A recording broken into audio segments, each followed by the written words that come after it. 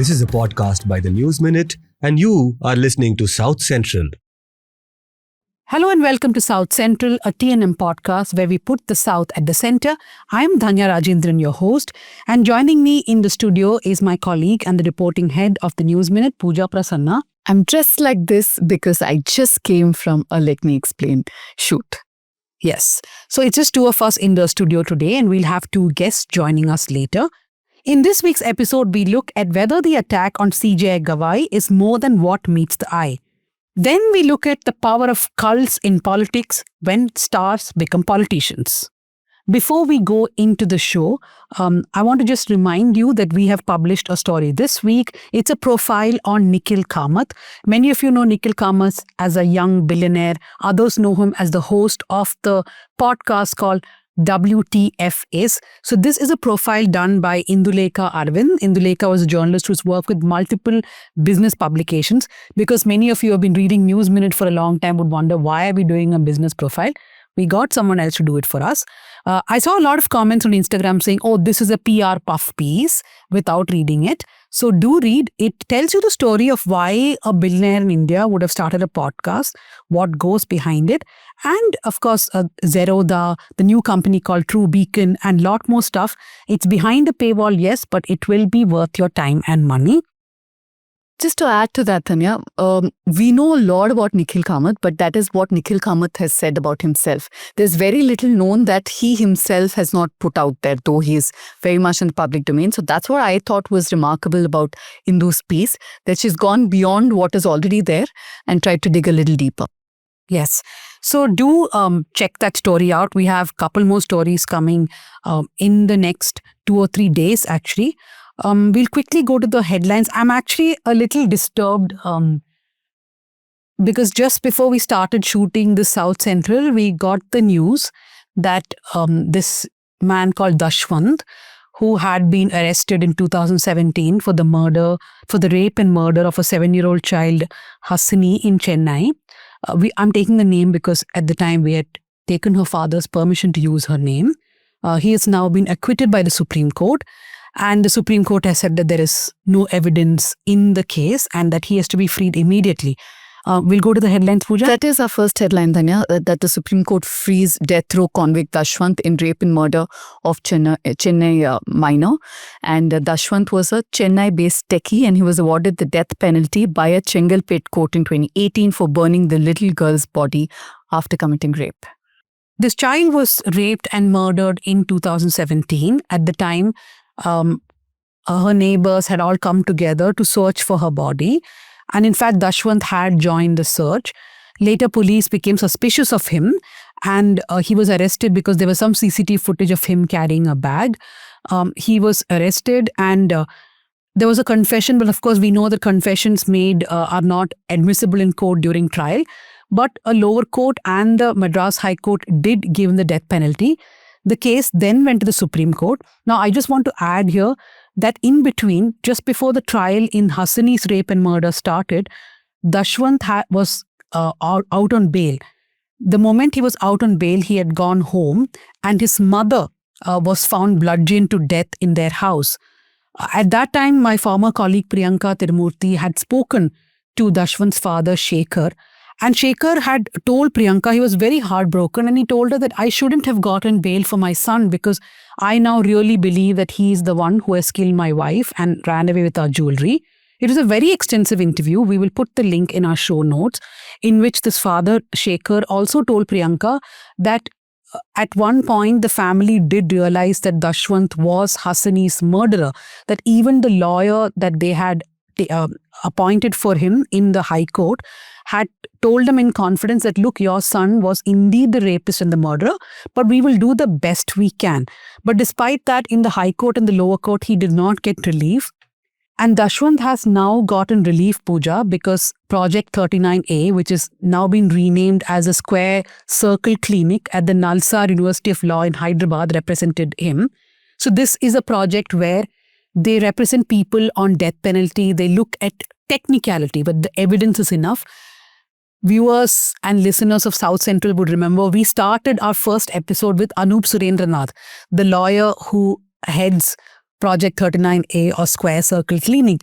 And they have gotten this relief for Dashwant. It's also, very conflicting because at one point he's saying this is technical, right? That there was not good evidence. It is shoddy investigation.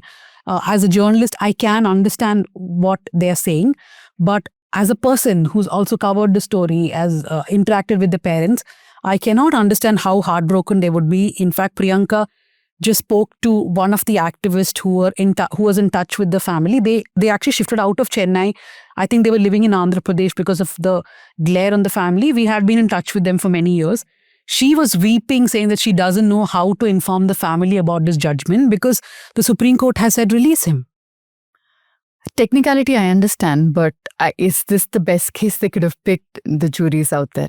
Our next headline is from our Power Trip, which is our weekly political newsletter, the ADMK TVK pivot after Karur tragedy. We've tried to piece together the realignment in Tamil Nadu politics a year before elections.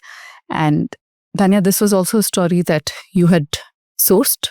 Yeah, so basically, there were talks between Vijay and Edappadi Palaniswamy a few months before, and Vijay had put forward some hard conditions like 150 seats and a rotating chief minister, severely chief minister for 2.5 years, and EPS said absolutely no.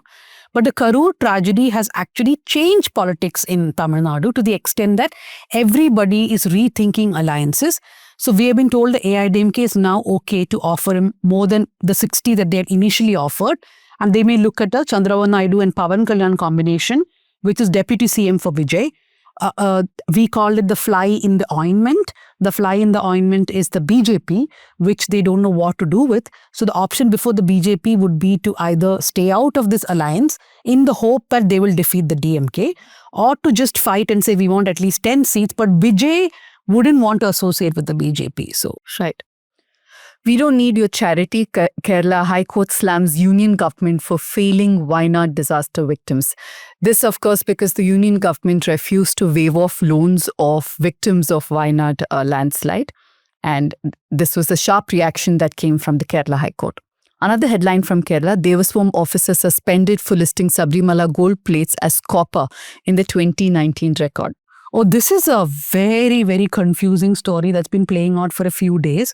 So the gold plating, which is apparently given by Vijay Mallya in the 1990s, it's reduced in weight. And with every passing day, there's a new twist as to how this gold has reduced in its weight. And I can't even say something today because by the time this episode is aired on Friday, the entire thing is going to change. But we did have an explainer yesterday by Jisha Surya explaining at least some portions of it. I thought onmanorama.com has also quite some interesting stories on it. Scuffle at FLU pro-Palestine protest after ABVP raises pro-Zionist slogans. Just wonderful. And this is a very disturbing headline from Telangana. Buffalo jibe at Dalit minister. Telangana minister Ponnam Prabhakar faces protest.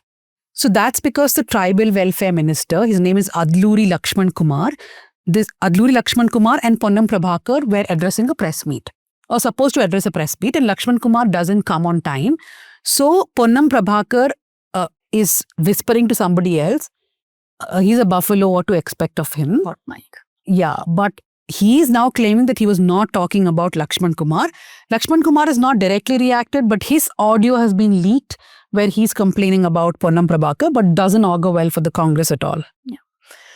Kantara makers urge fans not to mimic Daiva rituals in theatres and public places. This after visuals you might have seen on Instagram of people dressing up as Daivas and when they're going to watch Kantara. Section feels that it's okay because at the end of the day, Anisha said this. That No, I have something to ask our audience. So Pooja has been discussing with her team whether they should do an LME on, let me explain on this whole Kantara controversy. Please write to us at southcentral@thenewsminute.com and tell us what you think. Now, my take is that, okay, fine, Kantara makers are saying that others shouldn't do the art form because it is for the gods and it is divine. It's supposed to be holy. Only those who have the spirits in them can perform it. But it was performed in the movie, right? Correct. For commercial reasons, no Yeah, less. so, okay, fine.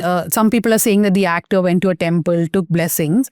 But on a larger scale, you have done it. So I don't know, what are you going to say? And let me explain. But also there is a difference between, let's say, a Yakshagana and Bhutakula, because this is about spirits and it's also practiced by a certain community, which is not necessarily the case in Yakshagana. So there is a lot to explain.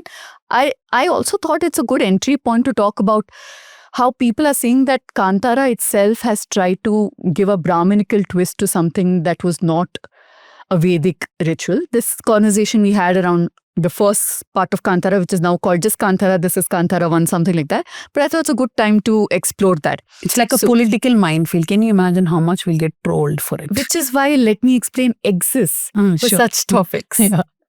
But let's look at another headline from Karnataka. If Kurubas are included in ST category, reservation quota must be increased. This is Karnataka Chief Minister Siddaramaiah. I just have one thing to say. Siddaramaiah in his previous tenure between 2013 and 18 had firmly opposed including Kurubas in the ST category.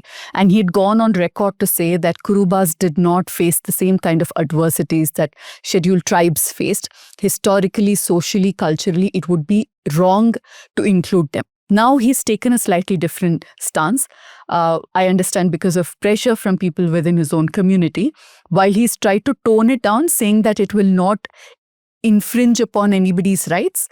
Increasing the ceiling is not the answer. It is about who gets ST category. It can't be a political weapon at the end of the day, just handing out reservation to everybody. What is that face? Sorry, I'm just floating a bit today because I'm just like thinking why the judgment. Yeah, I think it'll take time for us to understand that. Andhra Pradesh former Chief Minister Jagan Mohan Reddy to launch signature campaign to oppose privatization of medical colleges. Oh, talking about Jagan Mohan Reddy, I have to inform our audience that we have one more case now filed by Jagan Mohan Reddy himself against the News Minute, Newslaundry and a couple of other media organizations. This is for the story that we had put out on the indictment of Gautam Adani in US and a complaint in which there were discussions, or rather there were allegations about bribes offered or given to various states, including Andhra Pradesh. So the former Chief Minister himself has sued us in the Delhi High Court. Therefore, do not hesitate. Please do contribute to our reporting fund or by becoming a subscriber, because the number of cases these days are increasing. I feel like anything you report, politicians never used to file cases like this, right? Yeah, I think they're getting one thin skin, but look at the people who sue us. Or I think it must be the Adani team has given the idea that now let's go behind this. Because I never seen politicians filing cases left and right like this. Yeah, but I'm just saying, a whole bunch of politicians, MLAs, ministers in Karnataka, a big businessman, like a really big businessman, now a former chief minister. I think we should wear it proudly. Although wear it proudly is fine, but we have to pay lawyers, right? But I'm sure our viewers and listeners will support us in that. Yeah. Andhra official suspended over death of infant at adoption agency. Now we'll read just one national headline. Supreme Court tells EC to provide details of 3.6 lakh voters deleted after publication of draft rolls in Bihar. This SIR process is getting more and more interesting in Bihar. So just see where that goes. Today I saw the DMK has put a statement saying that they will not allow SIR process like it was done in Bihar. And if it is done so, they will strongly protest. Yeah. That's it for this week. Okay, that's it for the headlines. We will move to our discussion now. And joining us today are two guests. Joining us from Delhi is Ajoy Ashirwad. He is the political affairs editor at The Wire. Thank you, Ajoy, for joining us at South Central. Thank you, Dhanya, for inviting me on this podcast. I've been hearing it very diligently, almost all the episodes. So glad to be here. Thank you for that. And joining us, reappearing on South Central, is K Venkataramanan, senior journalist, who was with The Hindu. And he has absolutely banned me from saying that he is the encyclopedia for most journalists. So I'm not. Good job, Dhanya. Yeah. Okay, so KV sir, welcome again to South Central. Yeah, I wonder how it's going to be this time. Last time it was very long. We'll keep it short. Or shorter this time. So we're going to first look at the attack on Chief Justice of India. This man who attacked the Chief Justice, Rakesh Kishore. He's also a senior advocate, about 71 years old. He was practicing in the Supreme Court He tries to hurl a shoe at the Chief Justice, and then he is taken to the police station. He's released. He gives his interview as if he's just participated in the independence struggle. He sits on a sofa, his hand like this, and he says that, and you know what is very dangerous? It was not an impulsive thing that he did. He says it was very calculated. He was upset at what the CJI had said in a Madhya Pradesh case where there was a damaged idol of Lord Vishnu and there was a man who had sought its restoration. The CJI had made a comment which had angered the right wing quite a bit. And leading up to this shoe attack, there have been very provocative calls made on social media saying that there should be attacks on the CJI. So I'll begin with you, Ajoy. You have written a piece for The Wire on the same. Why do you believe that this is a very, very dangerous trajectory that we are going in?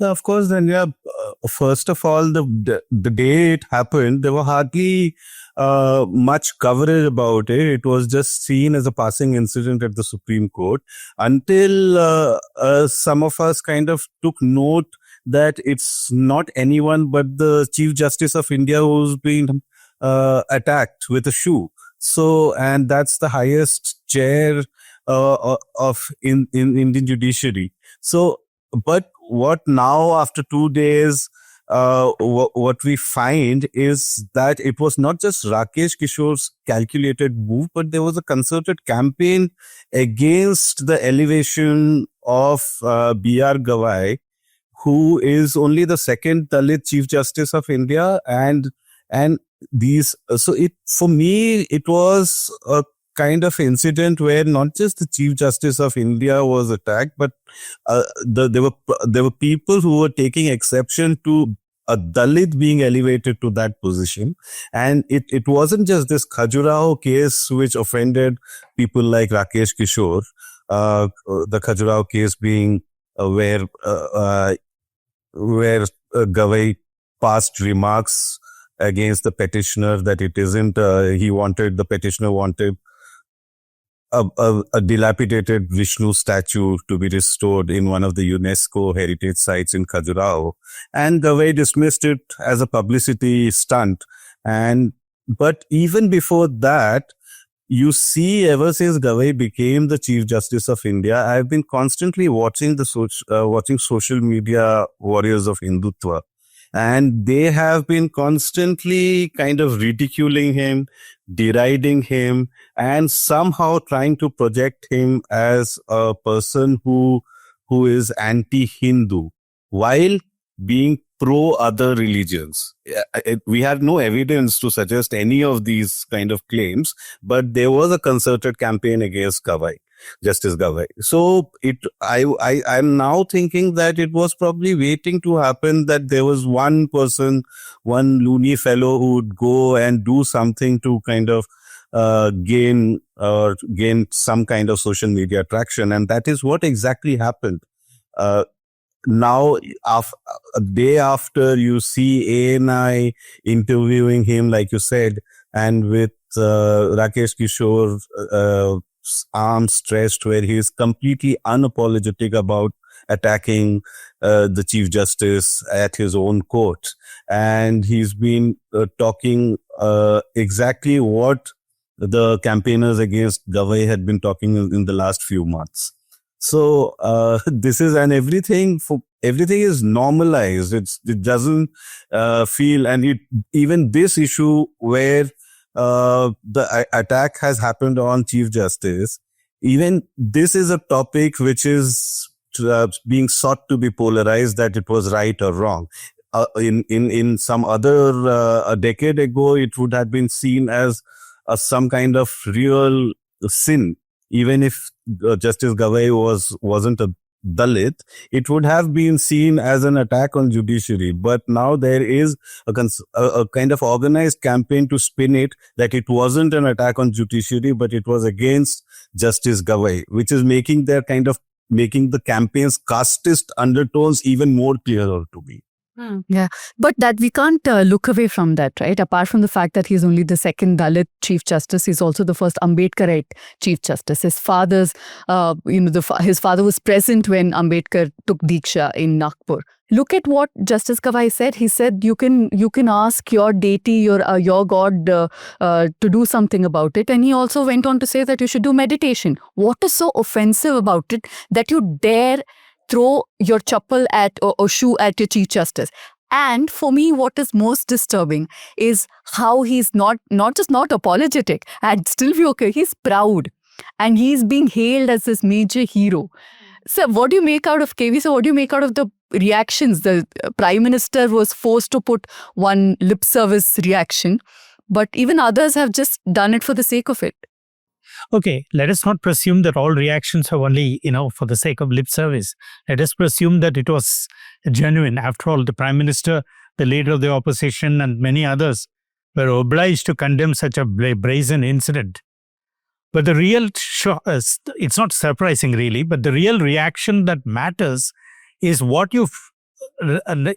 it's quite apparent to everyone that this entire incident was perpetrated only with the goal of, creating a debate about the conduct of the Chief Justice, about his beliefs, and about the perceived insult to Hindutva, or to Hindu beliefs, to Sanatana Dharma.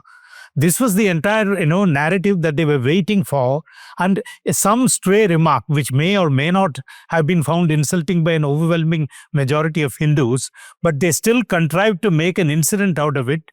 And I feel that this incident was planned merely to evoke a debate on this question, whether the CJI was right in saying it, and whether Sanatana Dharma is under attack in different forms, one of them being the judiciary making remarks about them. This is a sort of intimidation because, as we all know, a lot of cases are with the judiciary pertaining to Hindu religion, with idols, with temples, with disputes over the location of temples, whether the right to worship, and whether the Places of Worship Act is valid, constitutional. There are so many issues concerning the core beliefs of the Hindu, or at least what these people believe to be the core beliefs as part of the Hindu belief system.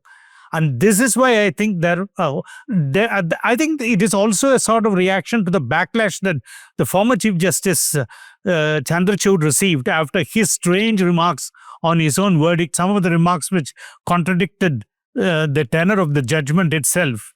For example, he had said that, the original act of desecration was the destruction of the temple and the construction of the mosque, which, as we all know, the judgment did not say. The judgment said there was a 400-year gap between the ruins of the temple, of the old temple, and the material that was used to build the mosque. And because of this unexplained thing, they did not want to go into the question whether the mosque was built after demolishing a temple. It may have been at the same spot. But what he said was that he indicated a sort of revivalism within the judiciary. And the subsequent orders and judgments of Chief Justice Chandrachud also, led many to believe that, there was more to it than meets the eye, that this was not merely a title suit that he had decided, but it was part of a pattern by which some of the claims of the Hindutva groups are being legitimized, validated through the judiciary.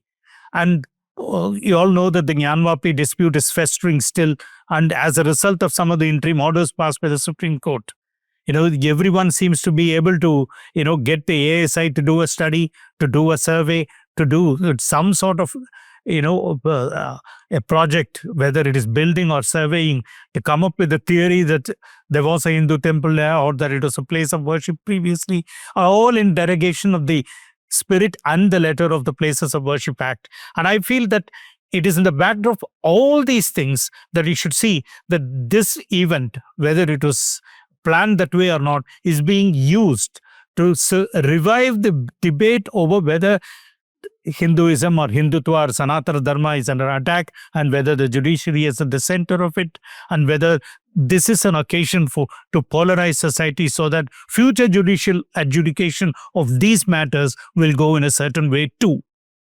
I just want to add one thing. This Prime Minister's tweet, below that, somebody tried to put a community note because the Prime Minister said all Indians are sad.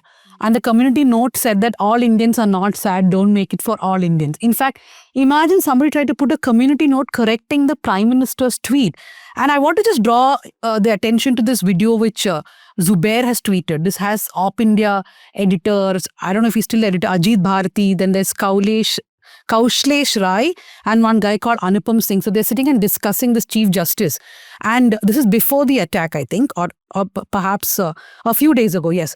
So this Kaushlesh Rai said, look, if Gavai ji gets into a fight, he lives in the courthouse and there are Hindu lawyers there. At least one Hindu lawyer should grab his head and hit him hard against the wall so that it breaks into two pieces. But I am a Gandhian, I don't support violence at all. Sure. So this entire discussion is about how to inflict violence on the CJI. After the chappal was thrown also, a lot of these people put out things saying that, well done, this is just a warning, this is just the beginning. So Ajoy, my question to you is that this is not just one loony out there. This is a very concerted attempt, and like KV was saying, perhaps a continuation. You want to? Yeah, I want to just add, very soon after that, we saw another lawyer, Anil Mishra. He's a Gwalior lawyer who's now said things about Ambedkar. He said that I want to erase his name from the history of our country, and he's called him a dirty man.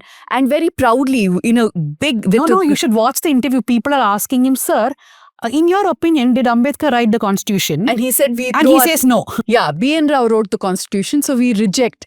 So these conversations have stemmed from this, right? In the last 10 years, Dhanya and Pooja, we've seen normalization of the most blatant lunacies in India. But what you talking about Ajit Bharati yesterday? Ajit Bharati wrote a very, very insulting tweet about Justice Gavai, and how was he treated? Yesterday, I saw a video where Ajit Bharati was escorted by a BJP spokesperson in Bihar, and where the police asked him to delete that tweet. And he was let off immediately after he deleted that tweet. But imagine, see how lenient the administration is with people like Ajit Bharati. We have seen so many number of cases where a tweet, a Facebook post, and you have FIRs against you. So many number of, at least I myself have covered so many number of these FIRs being lodged against social media posts, which is advocating something which the government doesn't like. But here, there is an attack on Chief Justice of India, with and this guy Ajit Bharati has written something really ridiculous, which is also very insulting, very offensive. But the police just lets him off without filing an FIR, and a BJP spokesperson escorts him to the police station. And then you were talking about many influencers. The most offensive one was a person called Kiki Singh, which we reported on also, where he or she, I'm not very sure, but that person created an AI video of Justice Gavai where she blackened her face and hung an earthen pot on his neck and calling for his removal or some sort of punishment for Justice Gavai. So if this is not offensive, I don't know what is offensive by government standards. We have so much of censorship, we have so much of FIR, even with small comments that people make. But here, CJI, the government, KV sir spoke about how Prime Minister and the Law Minister and certain other BJP leaders criticized, condemned the whole thing. But there has been there's no BJP statement yet. Congress, DMK, SP, the left parties all have issued a public statement, but the BJP hasn't issued a public statement. And the law ministry itself, Arjun Ram Meghwal, he has tweeted it, but the law ministry hasn't put out, the PIB doesn't have a press release on it yet.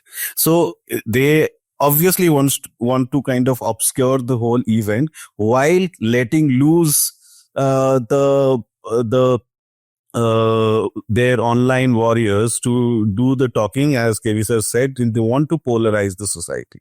But I also want to add one point, like in the last few years, I've seen like generally these trying to polarize all debates into pro or anti-Hindutva, or kind of deflecting attention towards these kind of debates, even when constitutional officers are being attacked. There's a lot of who are these people? We never ask these guys, and invariably these people are are one of the dominant caste groups, mostly and landed caste groups, which run these whole kind of campaign. And Sanatana Dharma or Hindutva often becomes a very convenient mask in the current political climate to hide their real agenda. So that is what, like, I feel that, like, the whole, if you look at the whole tone and tenor of this campaign against Justice Gavai, you'll see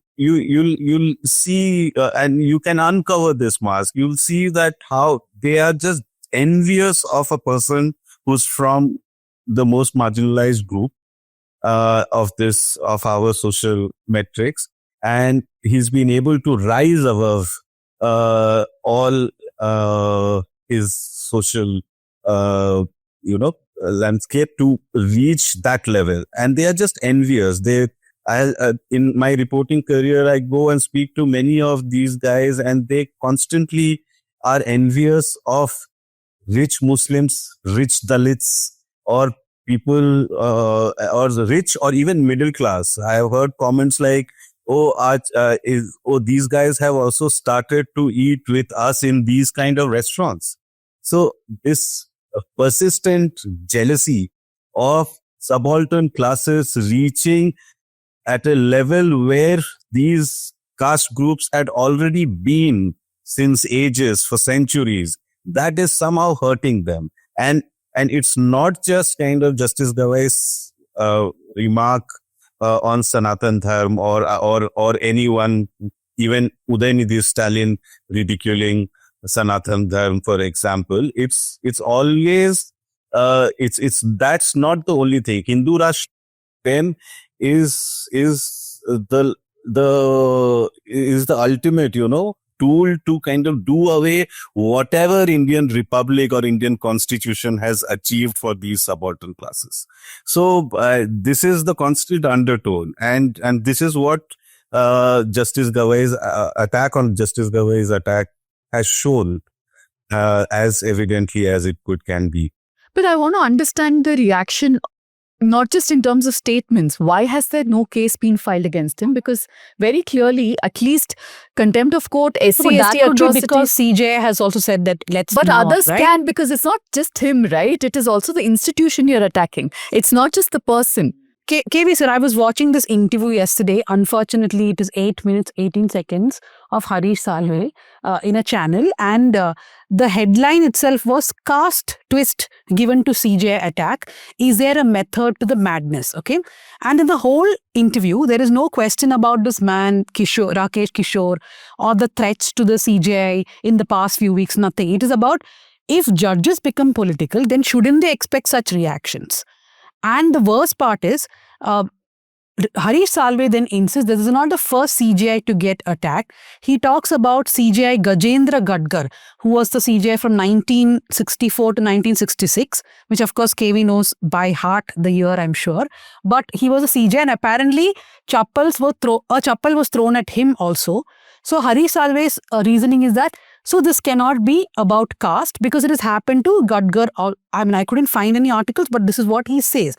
And he continuously says that this, who he places the blame on. He's not placing the blame on the right wing, which is sort of unleashing this sort of violence or instigating people to do all this, because it is clear from Rakesh Kishore's statement that he's instigated, right?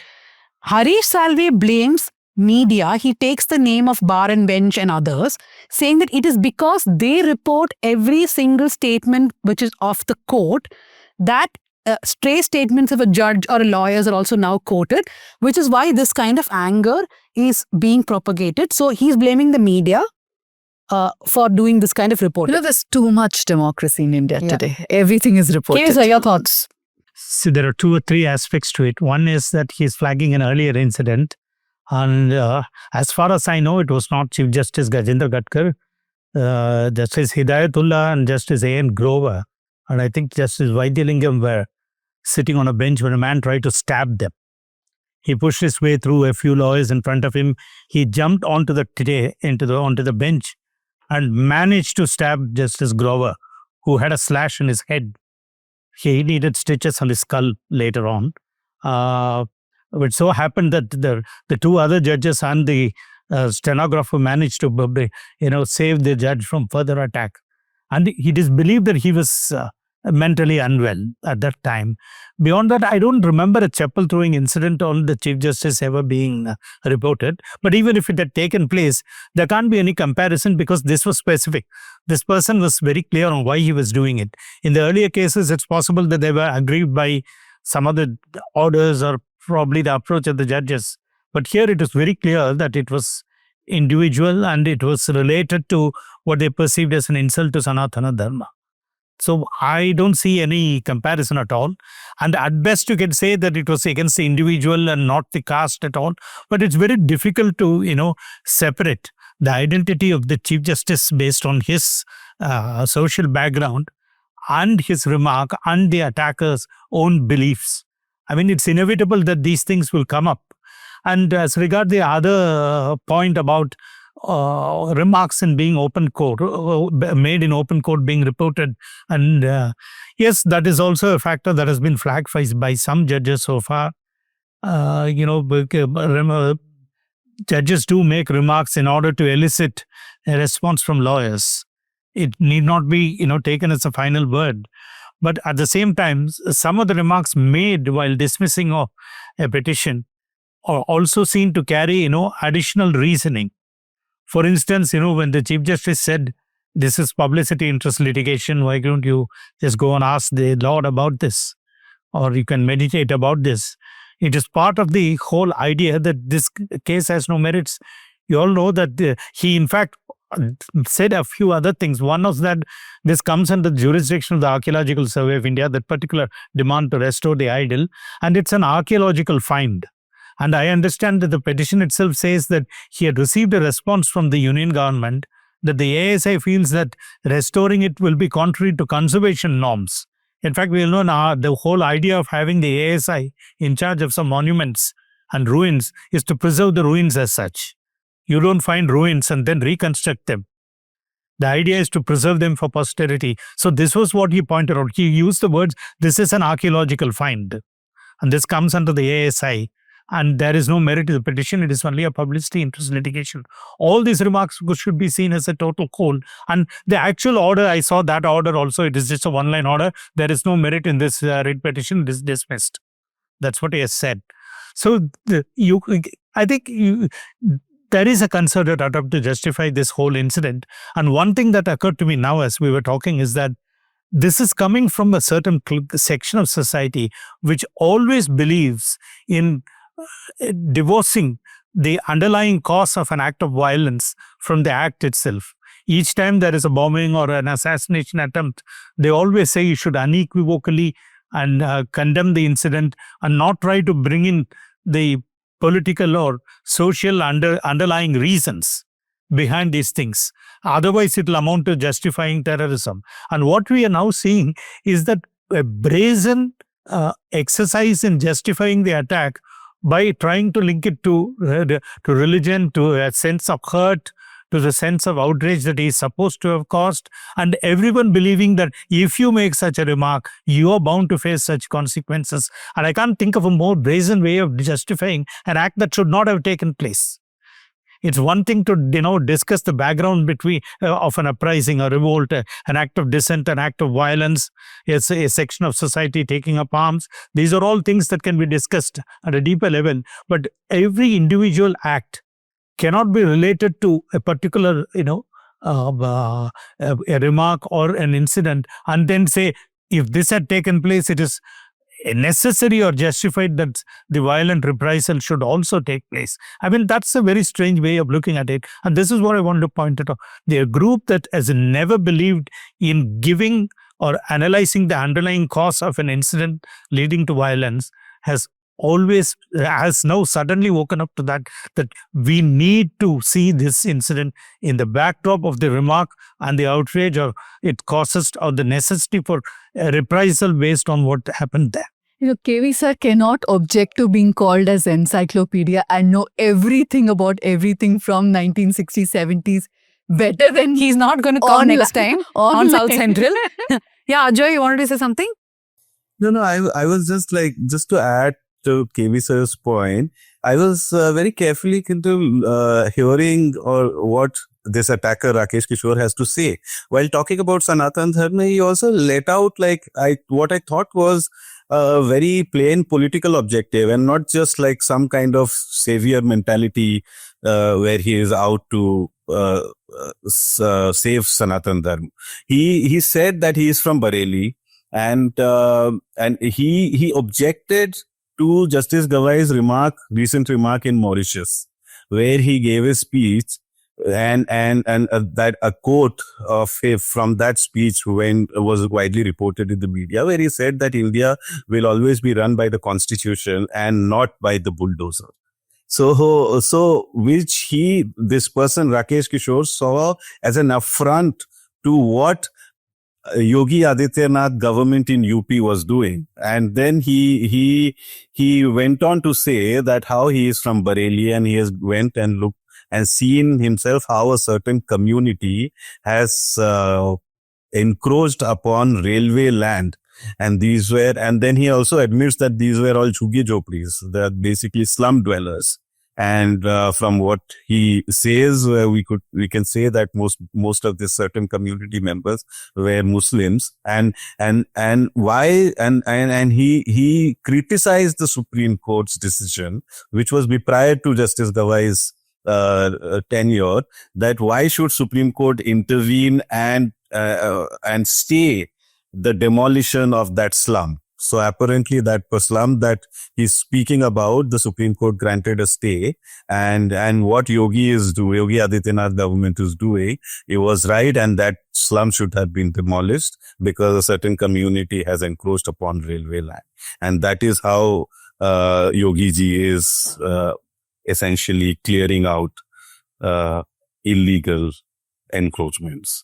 So this could be political. Yeah, this could be political. It could be a pre-planned thing, like Kenny sir was also hinting at. I'm not sure, but because there is no case, we can't probe it. So. No, but imagine if Rakesh Kishore had done something which Yogi ji didn't like, then his house would get bulldozed, and how would he feed then? I'm just thinking we're living in times where even Modi's majoritarian intimidation is not enough. He's too liberal for this section. That's the community note, yeah. Yeah. Okay, now, so we'll quickly go to the second topic. KV was dead against his topic. He said, what are we going to discuss? Every year people discuss this. It's just about star power and politics, because the last 2-3 weeks, everybody's been only discussing actor Vijay and what happened in Karur, the stampede in which 41 people died.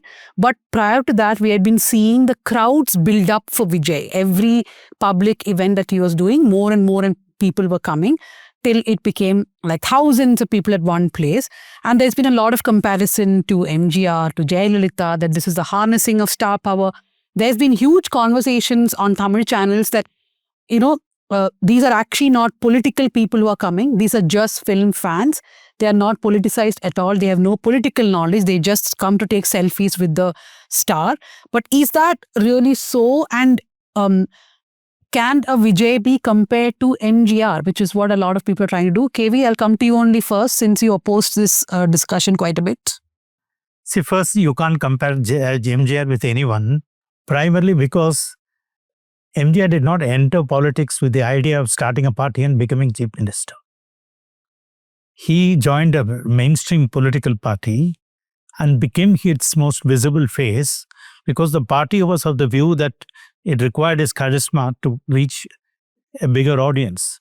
But we all know that behind the early years, or rather about 15 or 20 years before he actually became chief minister, he had been investing a lot in building up an image for himself as part of possibly a political ambition, but we do not know.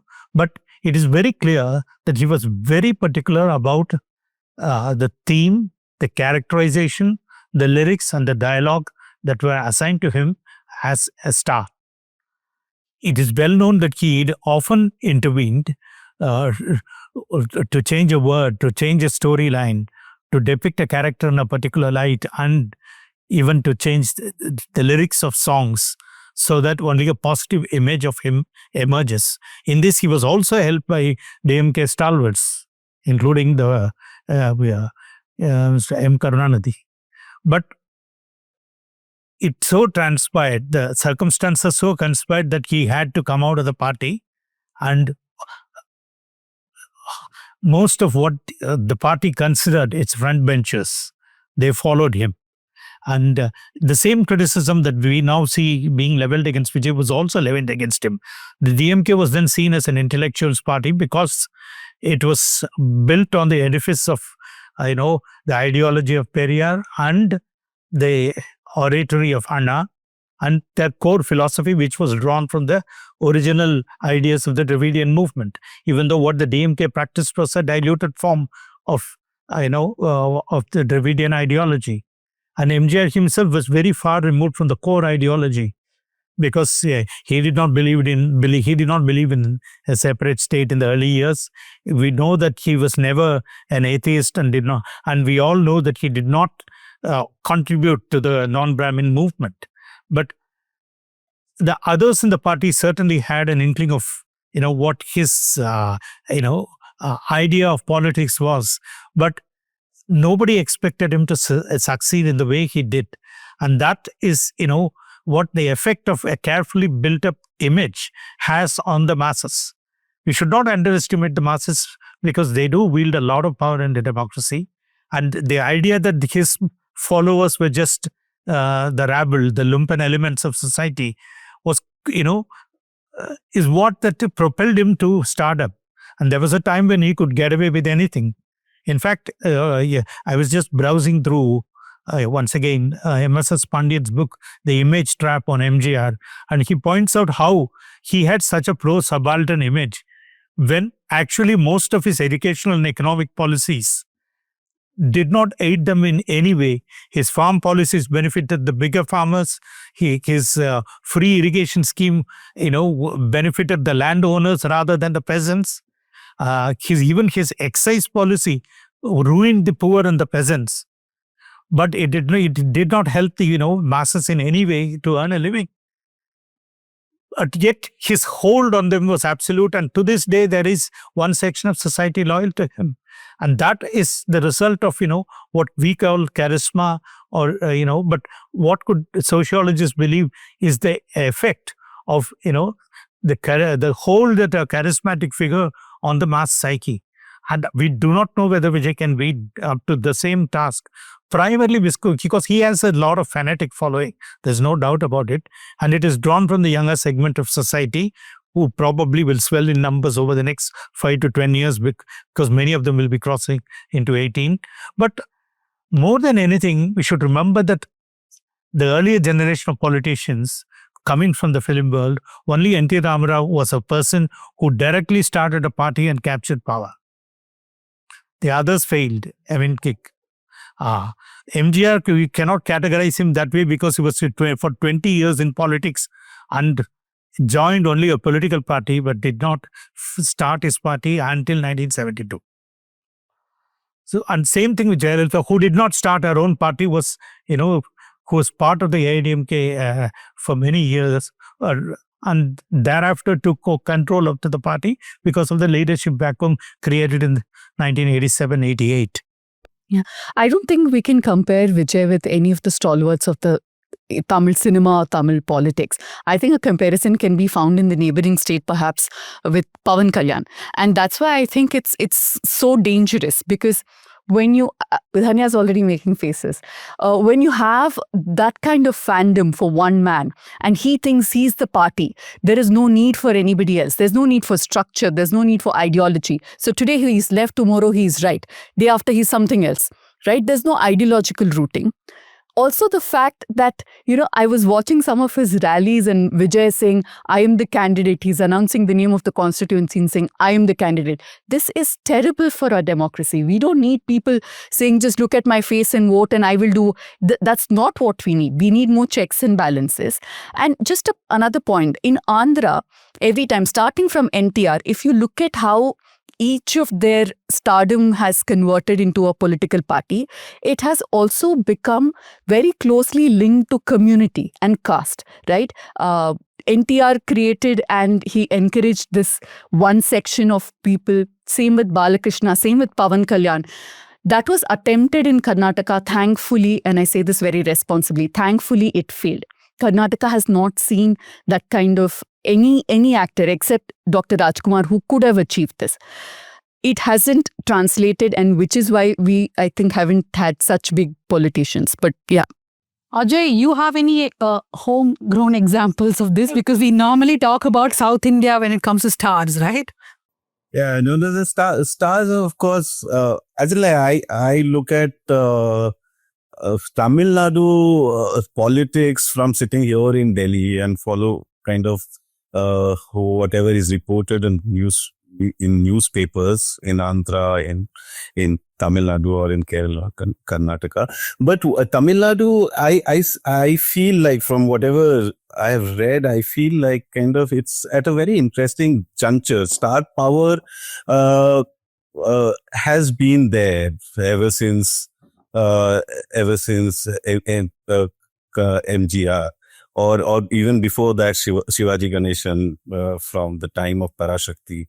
So that is like, but Vijay, I feel, in the recent times, Vijay, I find is him to be a very interesting character, especially at a time when Kamal Hassan or Rajinikanth, both of them had tried and kind of failed. Kamal Hassan has accepted a seat in Rajya Sabha from the DMK's quota, effectively kind of ending his own. No, kind of failed is very polite. They have failed. Yeah, so they have failed, and Rajinikanth's politics never kind of took off.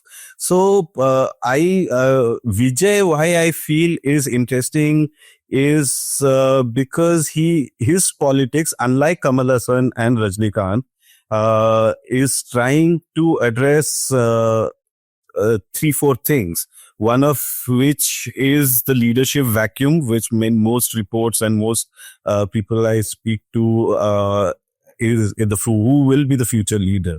So I see Vijay as a direct competitor of Udayanidhi Stalin in the future. Because Udayanidhi Stalin also kind of used cinema as a political vehicle to establish himself as a larger-than-life savior. That film Mamanan, where he played a Dalit character and effectively kind of as a political outreach to Dalits within the DMK's fold. And Vijay, unlike Kamal Hassan and Rajinikanth, has not abandoned Dravidian politics at all. In fact, his politics is firmly rooted in Dravidian politics while targeting youth across classes and castes. So he is also, while sticking to the Dravidian politics, he I feel is also trying to universalize a Dravidian agenda, which is kind of new for me. So where he's talking about solutions, and he's also firmly anti-center, criticizing GST, criticizing private healthcare, criticizing a lot of initiatives that Narendra Modi government has taken and Tamil Nadu has opposed. And there is a resonance amongst Tamil youth against the center, that they are not getting a fair deal. So I feel that is one, and he's not strictly he is addressing the subaltern youth, of course, but he is not He's also trying to go universalize the the issues of Tamil Nadu politics, and he's not into making social alliances. He's trying to, because he has also no background. He has no party like the DMK or AIDMK. He has no firm set caste alliances. So Vijay, I feel, is trying to build a new party, but also with a conservative approach. Unlike Rajnikant and Kamal Hassan in 2021 TVK, Vijay's party fought the 2021 rural body polls, where it won 115 out of 169 seats. So where he's trying to politicize his fan base, but also trying to get a new segment, new segment of voters, which is looking for, solutions to Tamil Nadu's problems. He's not just talking anti-center, or he's not just merely talking about the anti-Brahminical roots of Dravidian movement, but he's also addressing the problems of today, born out of an open economy since 1991, and the crisis that the youth are facing about joblessness, about the rise of, about technology kind of snatching away jobs from the youth. So he's addressing those, and I think he's here to stay. He's not a pushover I don't think, because he's taken a conservative approach. That's everybody is putting their hands up, Ajay, like all three of us. That's a Vijay fan I did not expect. Ajay is a Vijay optimist, and all three of us put together here. Couple of things. I don't know if there's a leadership vacuum. I mean, it's very easy to write in stories as a leadership vacuum after. Okay, when you compare to a J. Jayalalitha and M. Karunanidhi, there may be some kind of a vacuum, but Edappadi Palaniswamy and M.K. Stalin both are very popular political leaders. In fact, I think EPS, the way he stabilized and became a leader was remarkable. Right now, what I was trying to... No, I understood. You are saying for the next generation, right? And all that you spoke about Vijay and what he thinks or what he believes in, I don't know if these are permanent things. I don't know that that's negotiable for him. For example, I think those are buzzwords for him. Maybe. I think they're buzzwords only. But I don't want to... KV, I know you're bursting to say some stuff. But I just want to also say, what is it? Why do people... What I want to also just quickly check is, why do people want to vote for stars? Like, you vote for a party, you know what they stand for. Like, for example, when Pawan Kalyan first came, I think that initial confusion was there, right? But in his case, he did not give up. Even after a loss, he stuck on. So people thought, okay, this guy is at least serious about... You say it like it's a good thing. In my mind, it's not, but okay. No, what I'm saying, people at least thought, okay, this guy is not like one election wonder. He's going to stay on. He's serious about politics. That is when they start seeing him as a politician. But right? Dhanya, people don't vote on ideological or political lines necessarily anymore. Not everybody, yes. Right? Yeah. So for them, I like the star. I like what he says. And he says it in a very powerful way. So I'm convinced. As far as Vijay goes, yes, he's against the BJP now. In his movies, he's got dialogues against GST. The fact that he's Joseph Vijay has been picked by the BJP quite a bit. But we are seeing a shift where the BJP is acting more as spokespersons of TVK than TVK itself is. And the problem is, now what does Vijay want? Would he want an alliance with the BJP or not? That's the question before Vijay. He has to take that very crucial decision. And I feel this entire Karur tragedy is also a flashpoint for people. Now, if Vijay was to hold a rally later, let's say 1 month later, 2 months later, I feel, KV, correct me if I'm wrong, that those people who will come for that rally are also going to be coming to make a political statement. It will not just be fans now, right? Because one rally has become such a huge tragedy, and there is so much dialogue about it, conspiracy theory after the other, so much of online fighting. Now, if people turn up for Vijay's rally, I think that would also be political messaging from the public if they turn up or do not turn up. Okay, I'll take them one by one. First, I wanted to make an observation about Pawan Kalyan. He is the archetypal actor politician now. You make a pitch for, being a CM, alternative CM, start your own political party. Then you find that you are not good enough to, strong enough to win power on your own. And then you hitch your wagon to some other, dominant political party. Even his brother tried to start a party. It ran for a short while, but Prajarajyam had to be dissolved by Chiranjeevi, and he merged it with the Congress. And it's interesting to recall that Pawan Kalyan was the youth wing leader of Prajarajya initially. And thereafter, after the party was dissolved, he started his own party. And as you all know, that he did not do well at all. I think he got 6% of the popular vote in his first election. And then now that he knows that, he can't continue in politics as an individual, running an individual party, he has naturally joined the NDA. I mean, personally, we all know that he is an admirer of the Prime Minister. And it's inevitable that he hitched his wagon to that of the BJP, and now he has, with just a very, very small percentage of votes, he is already the deputy CM. I mean, this is what, Kamala Hassan also did. He did one or two elections. He contested only one election, I think. The first one he skipped after forming the party. But after just one election, he decided to join an alliance, and in exchange for one Rajya Sabha seat. And that is how, most political parties will find their own level, like water finding its own level.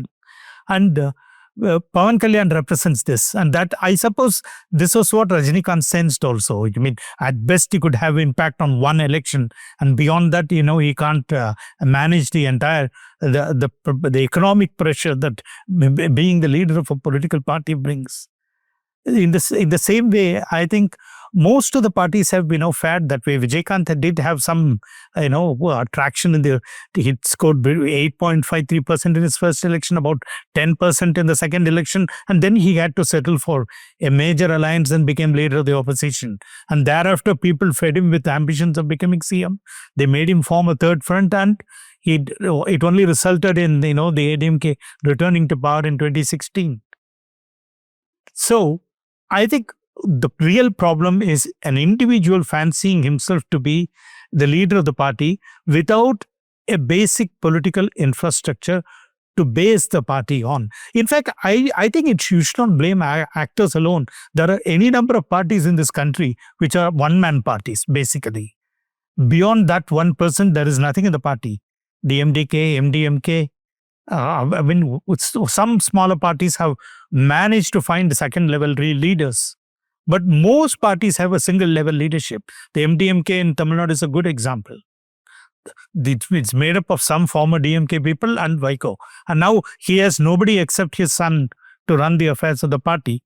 And this for a party founded on the belief that there should not be dynastic politics in this country. But I was just kind of thinking out aloud, can we really kind of make an equivalence of Andhra Pradesh star powers and Tamil Nadu star power? For example, the Andhra stars who made it really big, they were all rooted in their own caste identities. NTR was a Kama leader, Pawan Kalyan is a Kapu leader, Chiranjeevi's experiment was also around Kapu politics, and they were all caste groups. They're pitching themselves as one of the lobbies in the larger state politics. And there was a time when NTR could swing a lot of other castes too, but not later.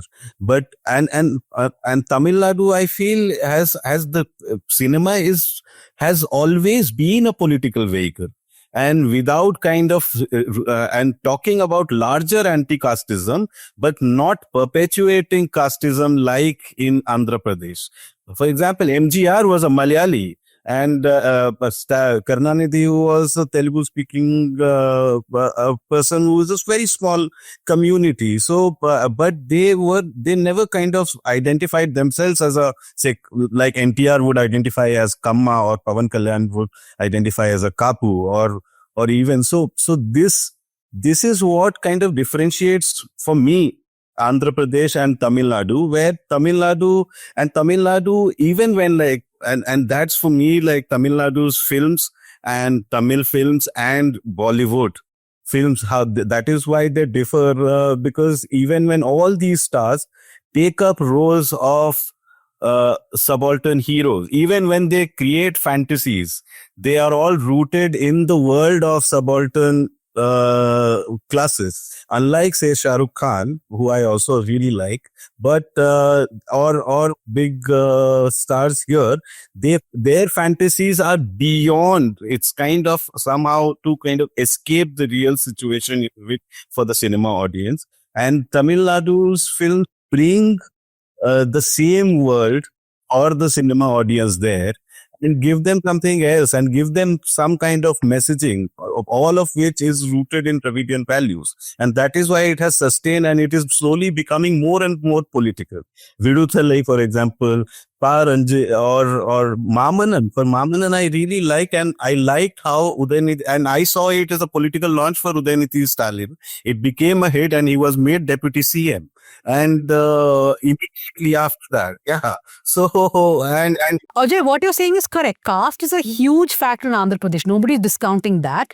That wouldn't, like, for example, if you now go and talk to any Janasena supporter, they would say, don't identify Pawan Kalyan just as a Kapu leader. They want to be now seen as leader of all castes. But the point is, they are very much focused on their caste, their community, right? That is not the same in Tamil Nadu. I'm saying no leader would identify themselves as a leader. They automatically become Yes, of course. one. For example, for example, this this Nadamurli, this Kamma hero, this person in Balakrishna Murli, his films, all his bad films also become a hit because Kamma community goes and makes it a hit there. Yeah. No, so Ajay, even if it's caste in Andhra Pradesh or it's just stardom in Tamil Nadu, we are still seeing these parties stuck at the 8 to 11% votes, whether it's Vijaykanth in Tamil Nadu or Pawan Kalyan in Andhra Pradesh. They're all hovering around the same thing, right? So there's another thing we've not addressed here. Look at all of these parties. Yes, Pawan Kalyan is part of a ruling alliance right now, but can you imagine if he was calling the shots? There is a TDP which has a structure which has other leaders and a grassroots presence. So we're still seeing some semblance. And I want to also point out, forms the government on his own. Yeah, no, I want to also point out DMDK, which KV spoke about. Vijaykanth very intelligently brought people like Pandruti Ramachandran into the party, who I always thought were the real backbones of that party. They made sure that there was structure in that party right from the beginning. How much ever we could question that structure, at least it resembled a political party right from the beginning. KV, any final thoughts? Yes, actually, more than final thoughts, I did leave out some things. My comparison was limited to the low percentage of votes, as you pointed out. And another, the one thing about social alliances in Tamil Nadu is what Ajoy pointed out. It is indeed a fact that a dominant caste person cannot be the leader of Tamil Nadu. After 1967, chief ministers have always come from very small castes and communities. And only a leader who comes from a limited, social background, which is comparatively insignificant or not part of the dominant caste setup, can actually have the image of a person who can be a leader of all sections of society. Actually, Vijay fulfills that part of it because, he's not identified with any particular caste. His father is Christian, his mother is Hindu, and nobody associates him with any of the, major dominant communities here. And it is true that the ADMK banked on, the Gaundars in the west and the Nadars and Tevars in the south.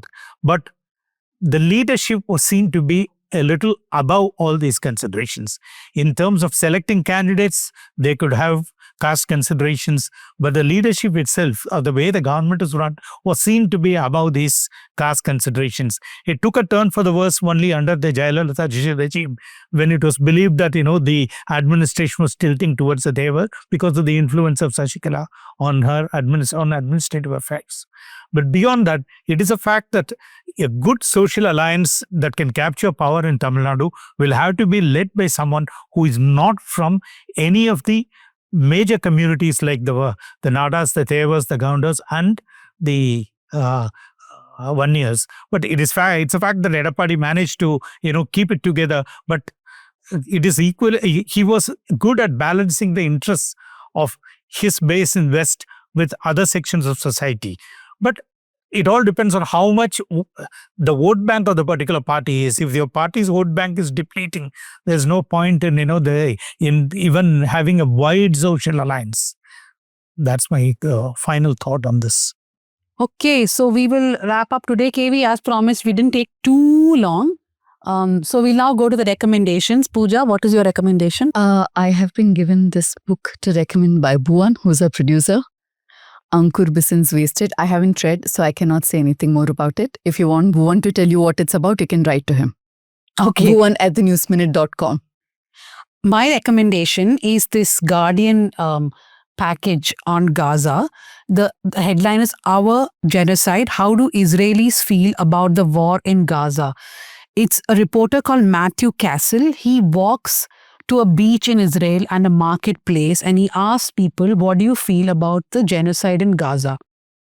The answers from even young Israelis are so, I cannot describe it other than dystopian, because there's one young man who says that even children in Gaza are just going to grow up and become terrorists, so it's fine.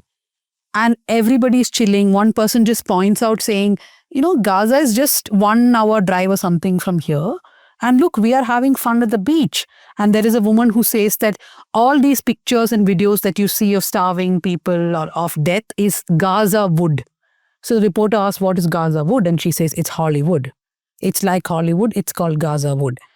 It's like deterioration of an entire society's psyche. Please do watch it. It's on The Guardian. It's the link will be on the show notes. KV, what is your recommendation?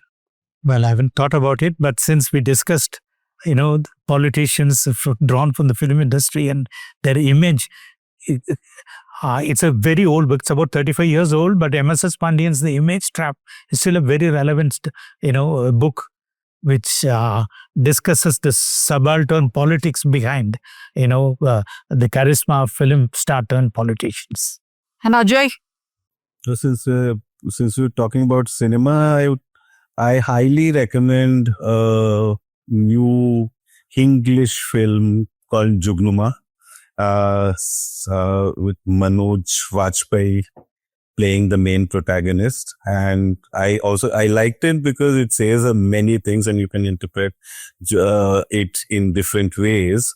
But it marks a break in the current Bollywood culture, and it's really highly recommended. It's political. It has some elements of magic realism. It has and all of it told in a very, very masterful storytelling. So which was a break from the usual crop that we get in theaters. So it was really nice, and I do recommend that film, Jugnuma. I just want to warn people about Bhuvan's recommendation, because Bhuvan recommended to me this Korean series called When Life Gives You Tangerines. It is such a sad series. Bhuvan, I hope the book is... Why is it sad? It is very sad. Please watch it. Everyone's watching it. Yeah, some of my friends are also watching it. Yeah, I can't watch sad series or sad movies because life itself is so challenging. Oh, it is sad, really sad. It's really sad. I thought it's badly made. No, it's so about sad. people suffering. Like, no, why would you want to watch it on screen too? Yeah. Okay, so thank you very much, KV. Your recommendation. Hello. I did The Guardian one. Oh, sorry. Yeah. And thank you, Ajoy, for joining us here. Thank you to everyone watching and listening to South Central. Producer Bhuvan Malik, production assistant Ajay, Yana, Sukanya Shaji, and Jasim Ali, our editor. Thank you to everyone. And remember, become a subscriber, support independent media, and also do watch all our Media Rumble interviews. The Rumble went really well. All our sessions were fully attended by people, and we're going to put out many videos in the coming days. So do catch up on them. Thank you very much.